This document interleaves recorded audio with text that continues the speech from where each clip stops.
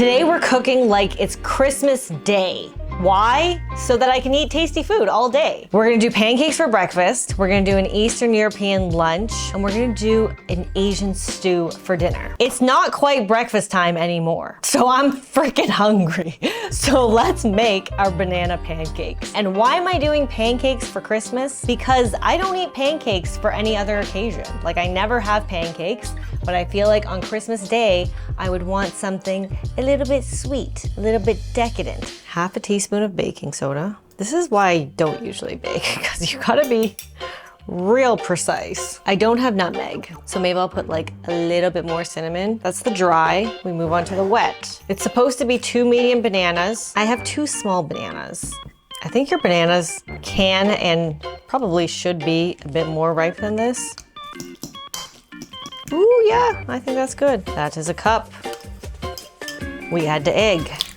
And this recipe calls for 2/3 cups of milk, 1.5 teaspoons of vanilla extract, 2 tablespoons of neutral oil.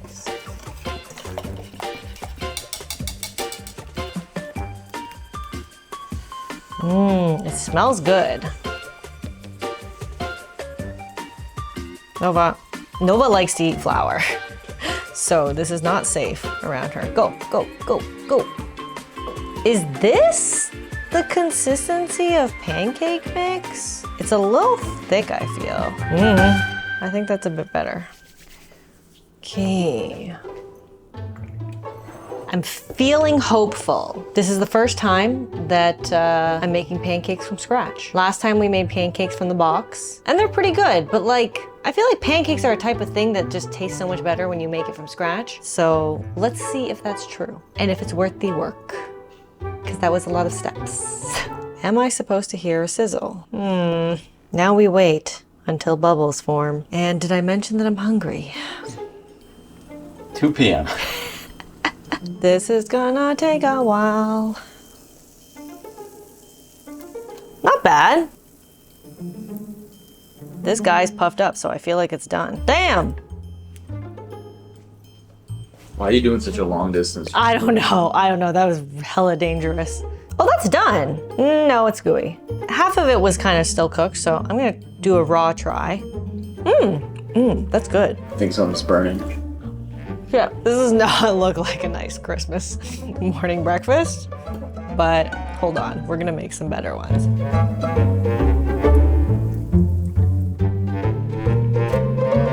They taste better than they look. I'm not checking this one. We're just having trust that it's done, and we're moving on to the next one. Should I try flipping this? No, I'm scared. You want to try flipping it? Okay, I've done this before, but with egg. Like with an omelet. I don't know if this works the same way. No, it doesn't. This is taking a long ass time. Okay, that one's looking pretty good. Sheesh! This last one is looking pretty good.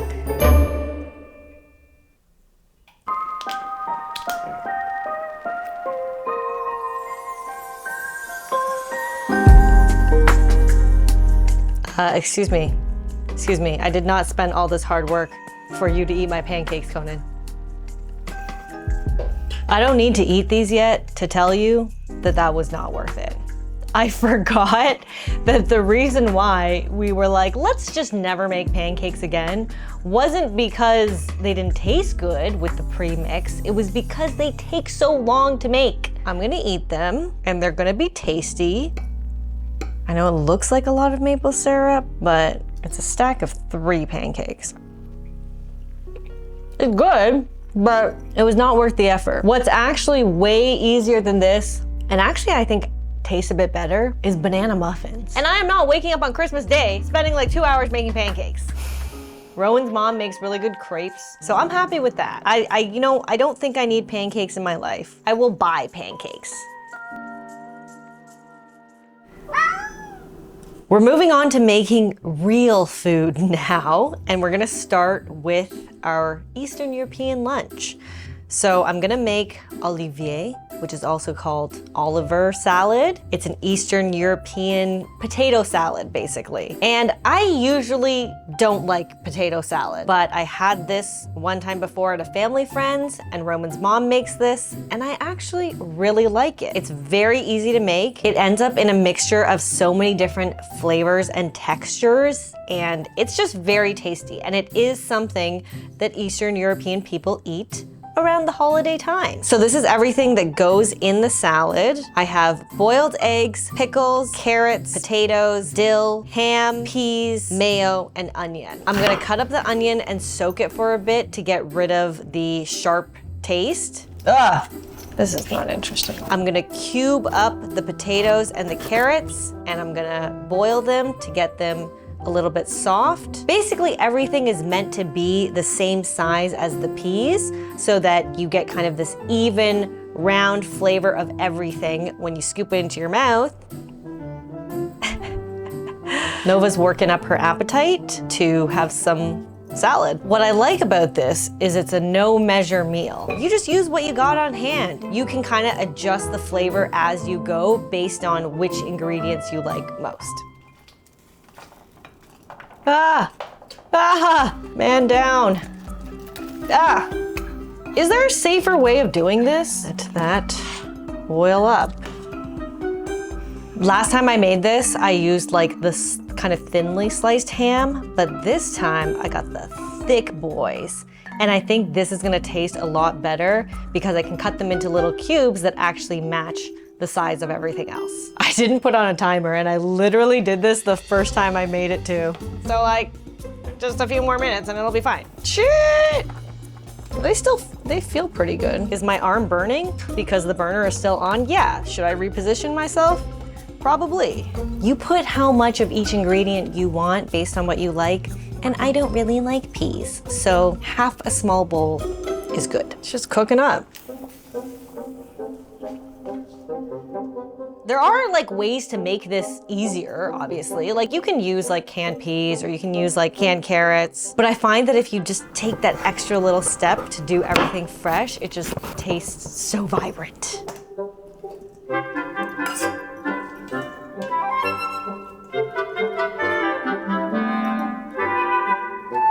Some people add dill as a garnish kind of on top as a little topper, but Roman is a big fan of dill. We're gonna mix it throughout and it just adds a nice little freshness. Okay, the last step is just to add in some salt and pepper to taste, some mayo, mix that shit up, and we good. I'm gonna start with that much mayo and then we'll see. I don't even know how to mix this. It's quite beautiful. Look at all the things in here. Wow. We're gonna be eating olivier for days. Okay, I think I put the perfect amount of mayo in. Maybe even too much. It smells like a lot of mayo to me. I'm just gonna try it and see how it is. I think I got everything in this bite.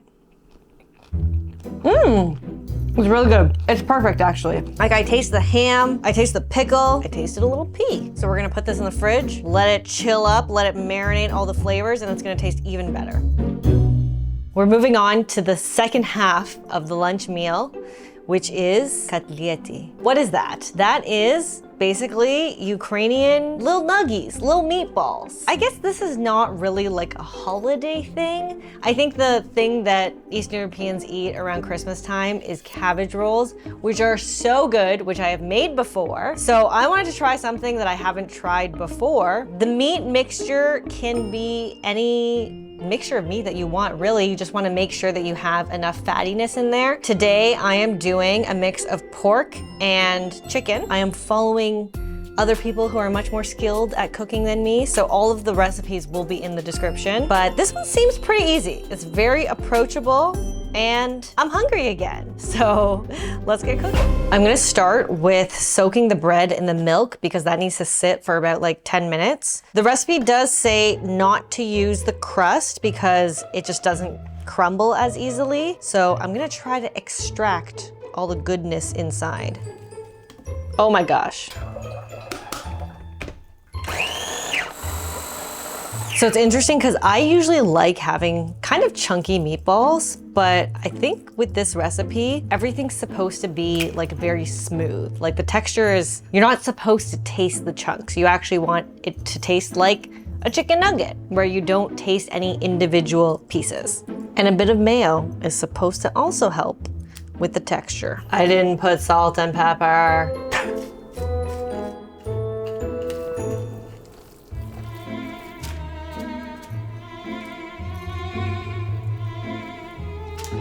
Cook a whole nother meal after this. Shit's hot and it's ready to have the nuggies put on. I'm hoping they cook evenly because our stove is a little uneven.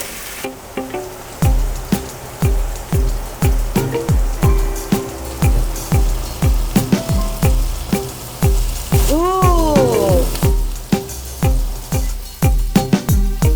Hell yeah!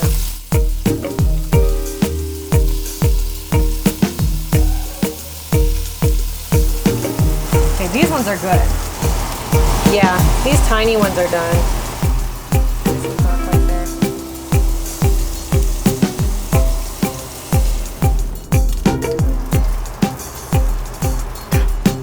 I like this stack better than the pancake stack. This coteletti and olivier pairing was so delicious. They perfectly complemented each other. The meat patties were a bit on the mushy side for me. I do think that's because I overmixed it. And I also think that 2 eggs was probably overkill and 1 would have been enough. Overall, they were juicy and tasty, but I'll have to experiment a bit more to get the texture right. Should I give her a piece? No. Oh. That's really good. It's like really soft, but it's really juicy. Okay, I'm gonna try the Olivier. I'm trying to get like as much equal stuff in it.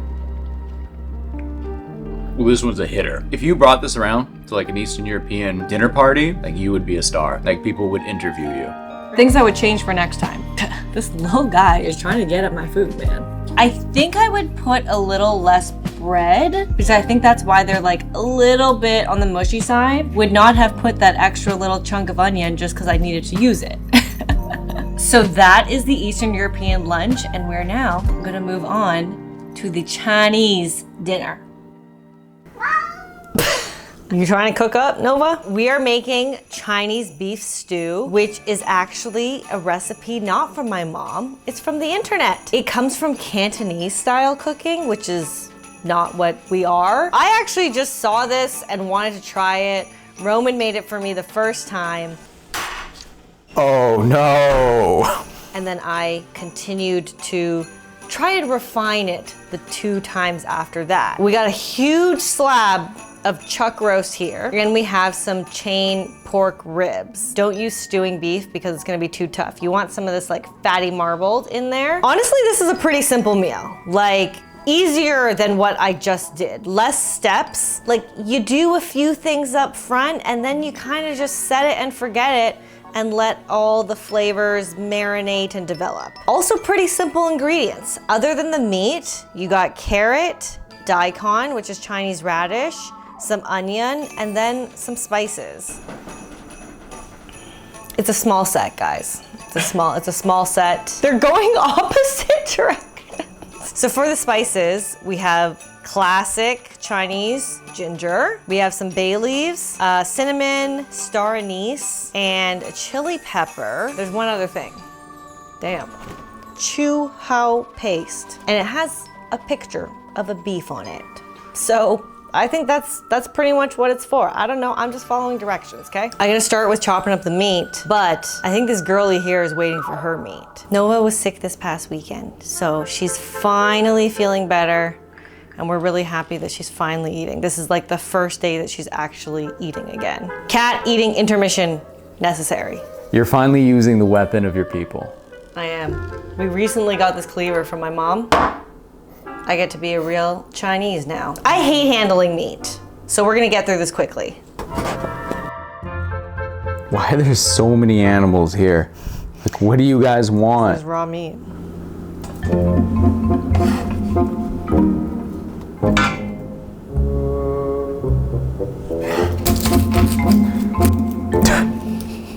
These are not Asian eyes, they're onion eyes, okay? This seems dangerous, like when I do this. Why do you do it like that? I don't know. I like to live on the edge. Oh no!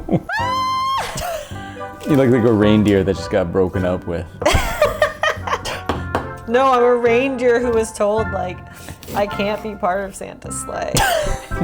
You're not flying so good.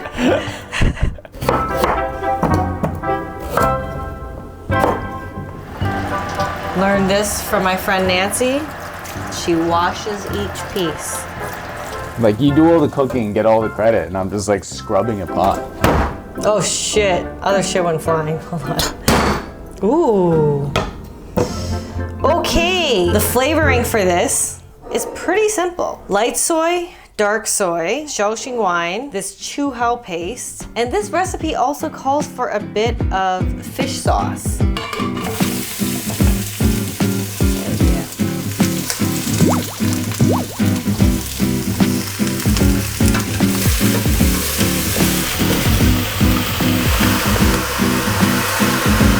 Dark soy gives it color. Okay, I know I said I like no measure meals. The last time I measured and it came out a lot better. So we're measuring this one. Oh yeah.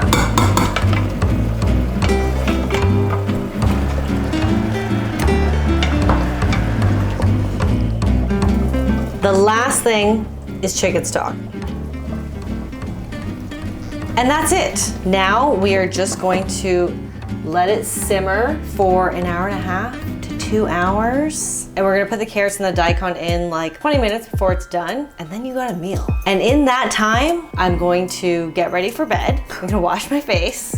We're gonna watch a movie. And then once the movie's done, this is gonna be done. Robin Hood and Little John walking through the forest. His posse was watching them and gathering around. One more hiss out of you. Hiss.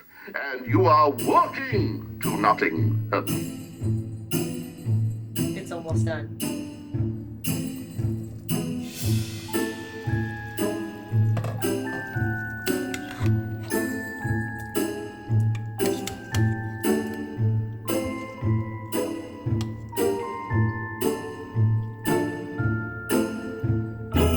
We finally made it to the main event, and it is looking delectable.